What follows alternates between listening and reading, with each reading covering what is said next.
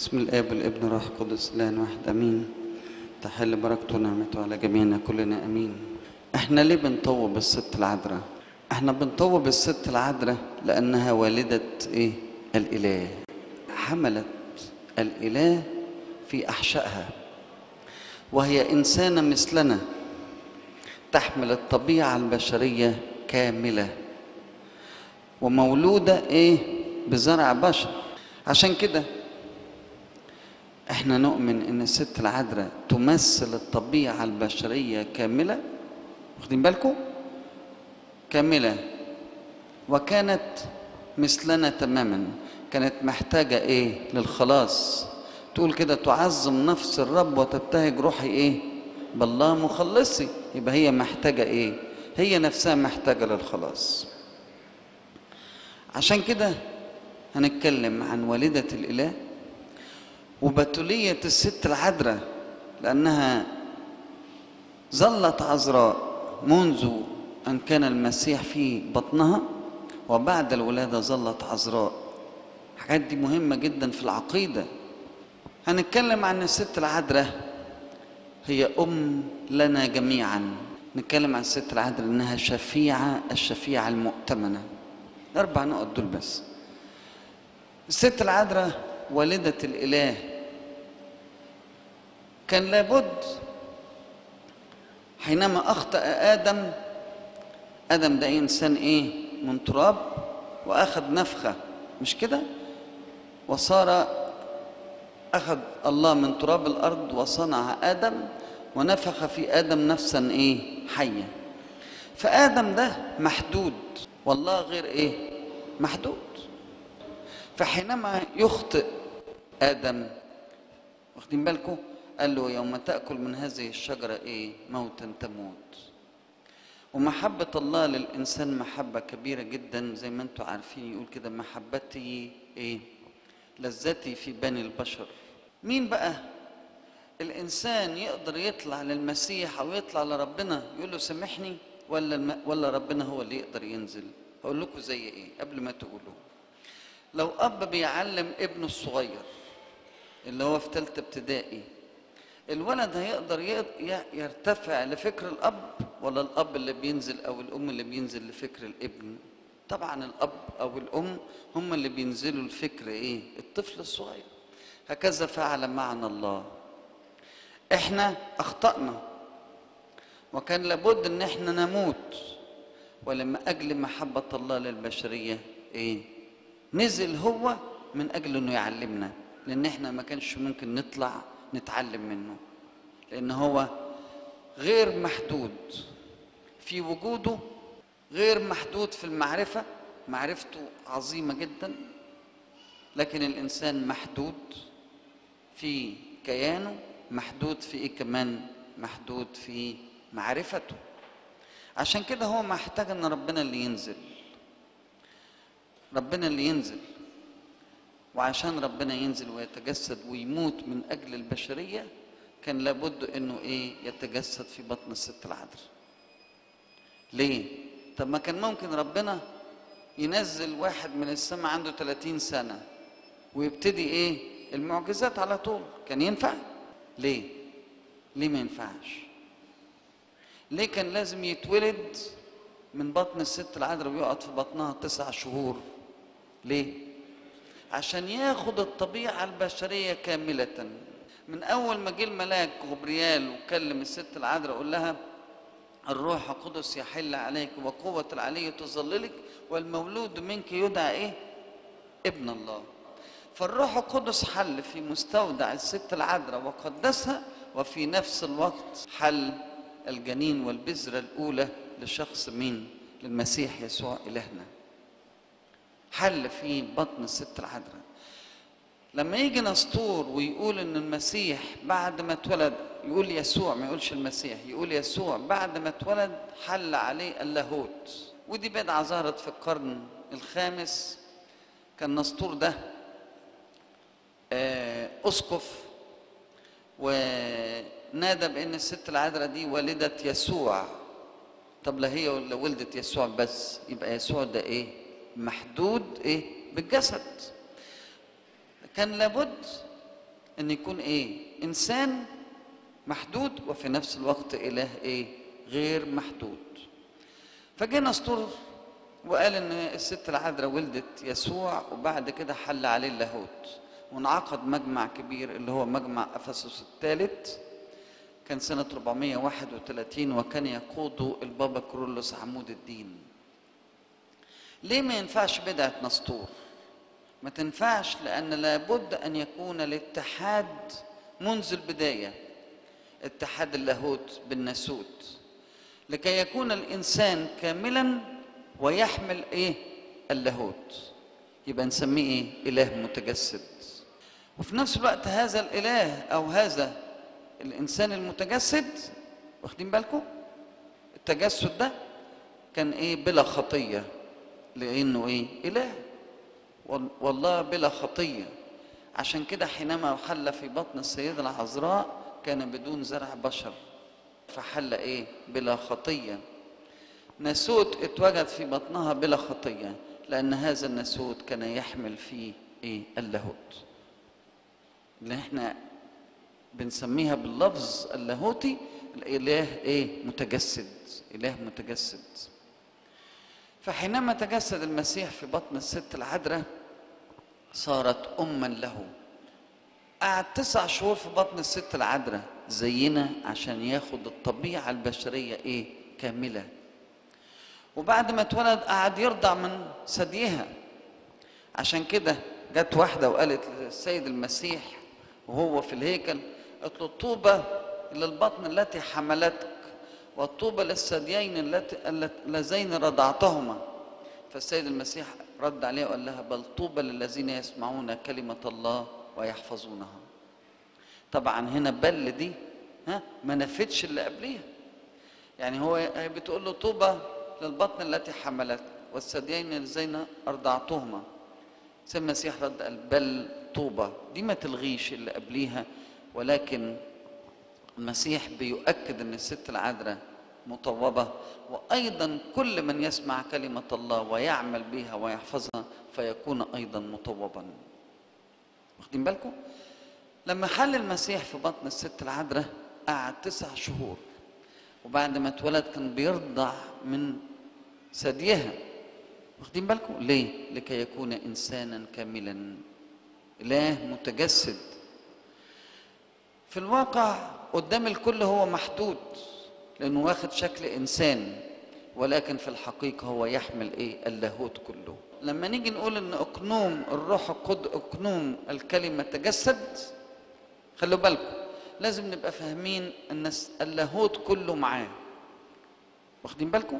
لما بنقول أقنوم تعني إيه؟ أقنوم تعني تميز بلا انفصال، تعني أقنوم بالظبط.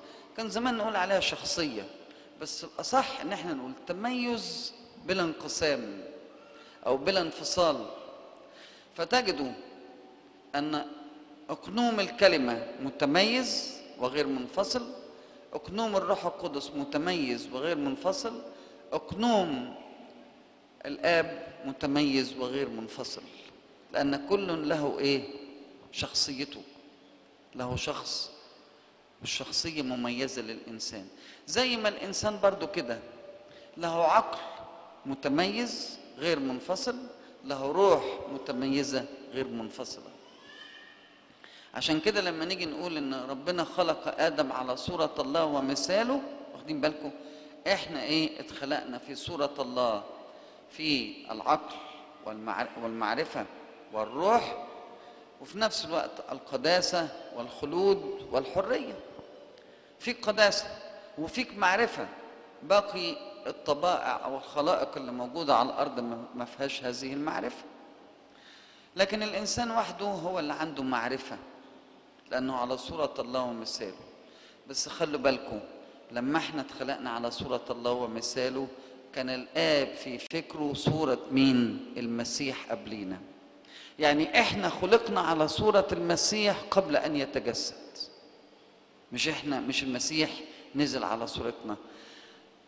كان في فكر الله صورة المسيح الإنسان الكامل الذي بلا خطية، لذلك نحن خلقنا كبشر على صورة مين؟ الله ومثاله، في القداسة في الكمال بلا خطية، الأصول كده. ولكن آدم أخطأ، لكن آدم أخطأ، هو اللي غلط فسقط. عشان كده مهم قوي إن احنا نبقى فاهمين إن اللي حل في بطن السيدة العذراء هو مين؟ الإله المتجسد. طب لو كان إنسان عادي كان يقدر يخلص البشرية؟ ما ينفعش، لأنه إنسان عادي محتاج للخلاص أيضا، محتاج للخلاص. وزي ما قلت لكم أن المحدود لا يستطيع أن يفعل شيئا. هل ممكن إنسان مننا يموت من أجل فرد؟ واحد محكوم عليه بالموت هيموت من أجل فرد وينجيه، لكن هل يقدر يغفر له كل الخطايا أمام الله الغير محدود؟ ما يقدرش. لكن مين اللي يقدر يعمل كده؟ إنسان، لأن الإنسان هو الذي أخطأ ويكون في نفس الوقت غير محدود. طب ربنا ما جابش ملاك ليه؟ لأن الملاك إيه؟ محدود. الملاك محدود وله طبيعة مميزة، طبيعة مميزة غير طبيعة الإنسان. ولكن الله، شوفوا خلوا بالكم من اللفظ ده، إن المسيح بعد التجسد إيه؟ طبيعة واحدة، إله متجسد، صار طبيعة واحدة. قبل التجسد كان إيه؟ طبيعتين. يعني إيه طبيعتين؟ يقولوا كده، بابا كيرلس عمود الدين يقول إن المسيح قبل التجسد طبيعتين، وبعد التجسد صار طبيعة واحدة. في الكون ده طبائع مختلفة، في لاهوت الله، اللاهوت بتاع ربنا، في طبيعة الملائكة، في طبيعة الإنسان، في طبيعة الحيوان، في طبيعة النبات، ففي طبائع مختلفة. فقبل أن يتحد المسيح بالطبيعة البشرية كان في إيه؟ طبيعة بشرية إنسانية وطبيعة إيه؟ لاهوتية. لكن لما اتحدوا في بطن الست العذراء صاروا إيه؟ طبيعة واحدة. عشان كده لما يجي أريوس يمسك كده بعض حاجات، بعض آيات عن السيد المسيح، لما السيد المسيح بيقول إلهي إلهي إلهي, إلهي لماذا تركتني؟ يقول إيه ده؟ ده هو بيتكلم عن إنه إله، إنه إله تركه، مش كده؟ إله تركه. ولما يجي يقول أبي أعظم مني، كل هذه الآيات تظهر إيه؟ أن المسيح أقل من الآب. لكن خلوا بالكم أريوس ما اقتنعش وما فهمش وأصر على رأيه وكان متكبرا. لكن في الحقيقة كل كلمة بيتكلم عنها الإنجيل عن إن في ضعف للمسيح، إن أبي أعظم مني وإلهي إلهي لماذا تركتني ولماذا تدعوني صالحا ليس أحد صالح إلا الله، تشير وتؤكد إيه؟ الناسوت. أبي أعظم مني لأن أنا في الجسد قدام وسط الناس ما حدش يعرفني إن أنا الإله الحقيقي. مين يعرف إن كان المسيح ده هو الإله؟ ما كانش حد يعرف. لما يقول إلهي إلهي لماذا تركتني، لأنه بيتكلم بصيغته إيه؟ البشرية، بصيغته كإنسان ويؤكد ناسوته. فالمسيح هنا حينما يظهر مثل هذه الآيات فإنه يتكلم على إيه؟ ناسوته. خلوا بالكم النقط دي، لأن لما جه أريوس ما رضيش يقبل الكلام ده، ما رضيش يقبله. المسيح هنا ليه بيأكد ناسوته؟ عشان لما يموت من أجل الإنسان يبقى مين اللي مات؟ إنسان بس إيه؟ غير محدود. فهو قادر حينما يموت من أجل الإنسان وهو إنسان غير محدود، قادر إنه إيه؟ يغفر خطايا إيه؟ كل البشرية.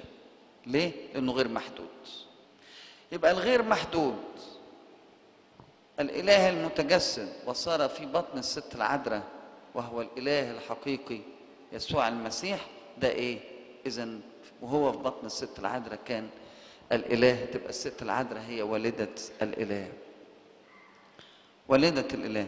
لما راحت الست العذراء الأول ما عرفت أن اليصابات حبلى في الشهر السادس، راحت عملت إيه؟ جريت عليها، قالت لها إيه اليصابات؟ قالت إيه؟ من أين لي هذا أن تأتي إيه؟ أم ربي إلي. واخدين بالكم؟ ويقول كده إنجيل لوقا: وها أنت ستحبلين وتلدين ابنا وتسمينه يسوع، وهذا يكون عظيما وابن العلي إيه؟ يدعى. ويعطيه الرب الإله كرسي داوود. واخدين بالكم؟ إذن عندنا إن الست العذراء هي والدة الإله، لأنها كانت اختارها الله في ملء الزمان لكي يقدسها ويتمم فداء البشرية، يتمم الفداء للبشرية كلها. وحينما ولد من السيدة العذراء وكان ينمو في القامة والحكمة، لما كان ينمو في القامة والحكمة تعني ايه؟ تعني ايه؟ اللاهوت ولا ايه؟ الناسوت. خلوا بالكم من الألفاظ دي. وكان ينمو في القامة والحكمة، المقصود بيه هنا ايه؟ لأن الله كامل النمو، كامل في الحكمة، كامل في كل شيء وليس فيه نقصان إطلاقا. ولكن هنا بيتكلم على إنه إيه؟ كان ينمو في النعمة والحكمة. معنى كده إن هو إيه؟ بيتكلم عن ناسوته. وهنقول في الآخر مكانة الست العذراء عند السيد المسيح وعند ربنا كانت ليها مكانة قد إيه. تاني حاجة هكلمكم عن دوام بتولية الست العذراء. ربنا لما نزل وتجسد وارتضى انه يتجسد لم ينظر انه سوف يتجسد في مزود للبقر، مش مهم، ولا هيتجسد في وسط الحيوانات، مش مهم، ولا هيتجسد في وسط التبن. وزي ما انتم عارفين مزود للبقر ده اكيد ما كانش نظيف، ما كانش يهمه ده كله، لكن كان مهم جدا جدا انه يتجسد من ايه؟ من عذراء. مهم قوي انه يكون من عذراء. وهذه العذراء يظل هذا الباب الذي دخل منه الرب يسوع وخرج منه يظل ايه؟ يظل ايه؟ محتفظا، وهي محتفظة بعذراويتها، تظل محتفظة بعذراويتها. لأن مش ممكن أن الله القادر على كل شيء الذي يدخل في مستودع الست العذراء ويقدسها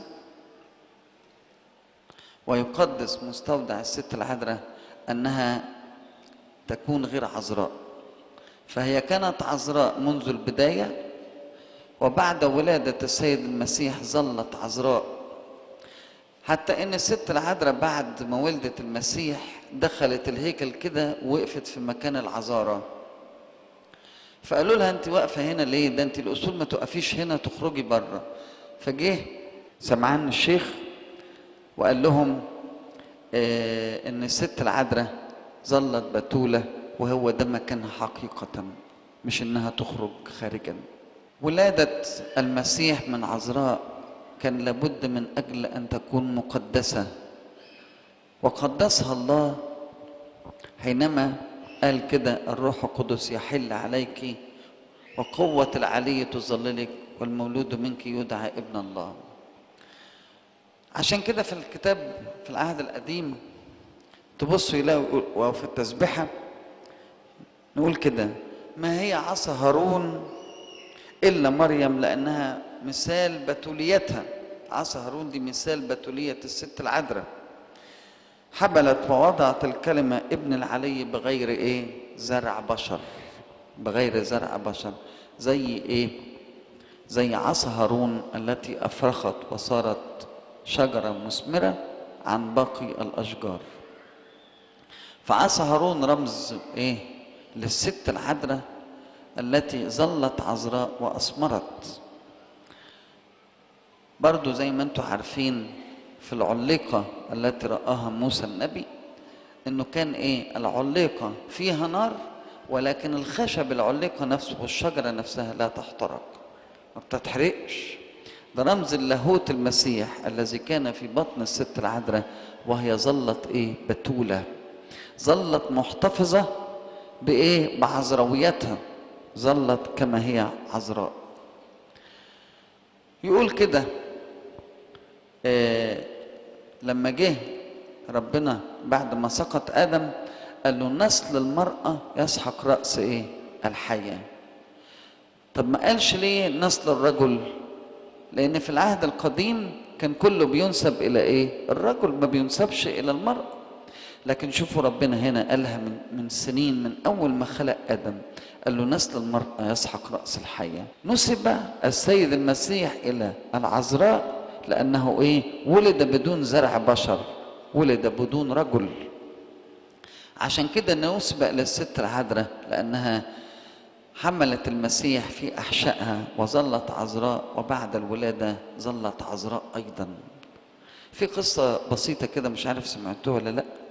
كان في أحد الآباء شاب صغير كده وراح عاش في الدير وترهبن، وكذا مرة كده لما يجي يقرأ وذا العذراء تحبل وتلد ابنا ويدعون اسمه عمانوئيل، يجي عند عذراء دي ويستغرب ازاي تكون عذراء تحبل وتلد، وبقى فكره مش واخده بالإيمان بالناحية الإيمانية، ولكن بيفكر بالناحية العقلية ازاي تكون العذراء تحبل وتلد.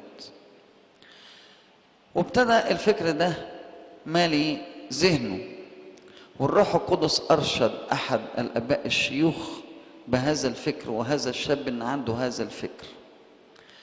ففي الوقت اللي كان خارج فيه الشاب عشان يفكر إنه يسأل الشيخ ده يقول له أنا مش مقتنع إن العذراء تحبل وتلد، في نفس الوقت الروح القدس أرشد هذا الراهب الشيخ إنه يخرج ويقابل هذا الشاب. فأول ما خرج عشان يقابل الشاب ده، فالشاب سجد له إنه شيخ كبير، فسابه ومشي ولم ينتظر إنه هو يقف عشان يسلم عليه.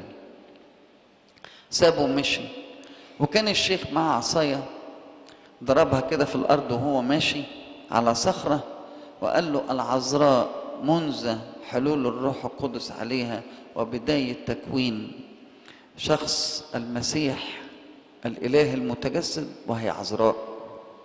طلعت زهرة كده، طلعت زهرة من الصخر ذات رائحة طيبة، لها ريحة حلوة. ومشي تاني بعد شوية، قام ضرب الصخرة بالعصاية بتاعته فطلعت زهرة تانية، وقال له الست العذراء وهي حبلى بالسيد المسيح فهي عذراء، وطلعت زهرة ذات رائحة عطرة. ثالث مرة برضو ضرب العصاية على الصخرة فطلعت زهرة ايه؟ زهرة من الصخر، وهذه الزهرة لها رائحة طيبة، وقال له الست العذراء حتى بعد الولادة ظلت ايه؟ عذراء. ده يورينا اثبات ان الست العذراء كانت بتولة وظلت عذراء، ولها مين يقدر يضرب الصخرة كده يطلع زهرة، وهذه الزهرة لها رائحة طيبة. عشان كده بنقول أنت هي الزهرة إيه؟ في التسبحة النيرة، أنت هي الزهرة النيرة، نقول كده في التسبحة. عشان كده الست العذراء ظلت عذراء وهي تحمل المسيح في بطنها، وبعد الولادة ظلت عذراء. شوفوا ده يمثل إيه بالنسبة لنا؟ إن البشرية كانت عاقر ولا تستطيع إنها تخلص نفسها. خلوا بالكم، الست العذراء هنا وبتوليتها رمز للبشرية التي كانت عاقر. البشرية أي امرأة كانت تجيب وتولد، ولكنها لا تستطيع، كل أبنائها لا يستطيع أن يقدموا خلاصا. فالبشرية هنا عاقر عن أنها تنجب إنسانا يخلصها، تنجب إنسانا يخلص، رغم أنها كانت تلد كثيرين. كل اللي اتولدوا في العهد القديم كانوا إيه؟ تبصوا تلاقوا إبراهيم أبو الآباء، وموسى النبي، ويشوع، وليشع، ويوحنا المعمدان، كل هؤلاء اتولدوا من أمهات، ولكن كل هؤلاء لم يستطيعوا أن يقدموا للبشرية إيه؟ خلاصا، لأن البشرية كانت فقيرة أن تقدم خلاصا لها. ولكن عشان كده كان كل اللي بيموتوا من العهد القديم بيروحوا فين؟ بيروحوا جحيم. كل من داود وكل أعظم أنبياء العهد القديم، حتى يوحنا المعمدان أعظم مواليد النساء راح فين؟ الجحيم. إذن البشرية عاجزة أن تقدم خلاصا، بشرية عاجزة، ولكن جاء السيد المسيح من العذراء.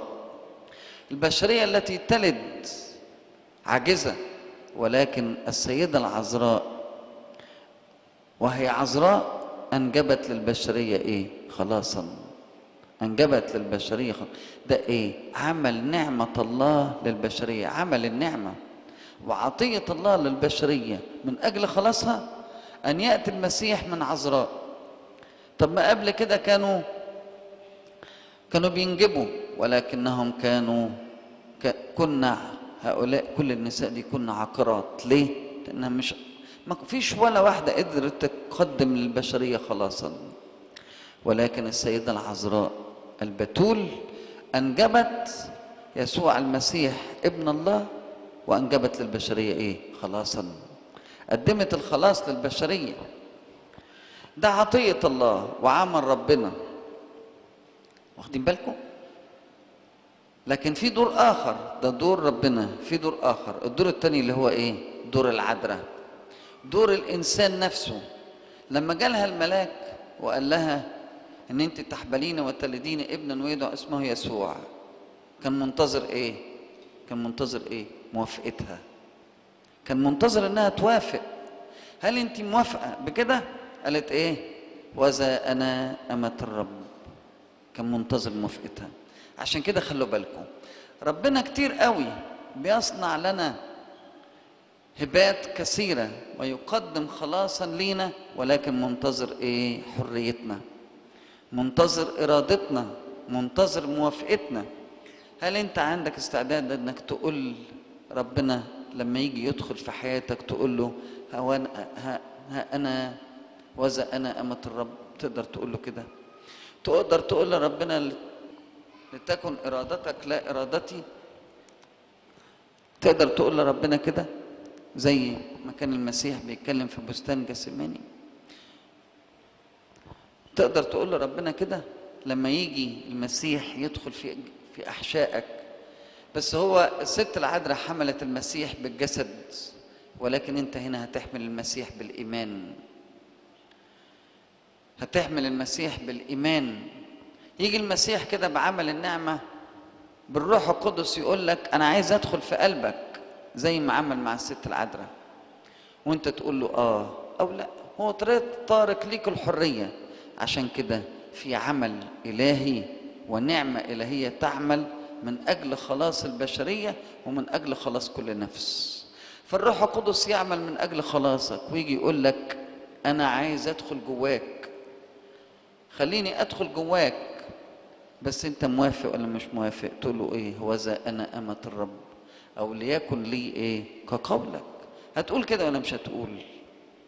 انت عايز تحمل المسيح في داخلك زي ما الست العذراء، بس الست العذراء كانت تحمل المسيح بالجسد، واخدين بالكم؟ لذلك دعيت والدة الإله. عايز تحمل المسيح بالإيمان في قلبك وبالروح، ولا انت مش عايزه؟ لو انت عايز المسيح لازم تجاهد من اجلك انك تقتني المسيح، تجاهد من انك انت تقتني المسيح ويكون المسيح في احشائك. بس بايه؟ بالايمان. بالايمان. زي القديس اغناطيوس الانطاكي يقولوا عليه السؤفوروس، يعني ايه؟ حامل الاله. هل انت تريد انك تكون حامل الاله؟ عشان تكون حامل الاله وتحمل تبقى ربنا في داخلك، لازم يكون عندك عذراوية ايه؟ القلب وعذراوية الروح. مش شرط بقى عذراوية الجسد. ياما ناس كثيرين جدا لا متزوجين ولكن عندهم عذراوية ايه؟ الروح وعذراوية ايه؟ القلب. يعني ايه عذراوية الروح وعذراوية القلب؟ ان الانسان يحيا مع الله كاملة ولا يحيا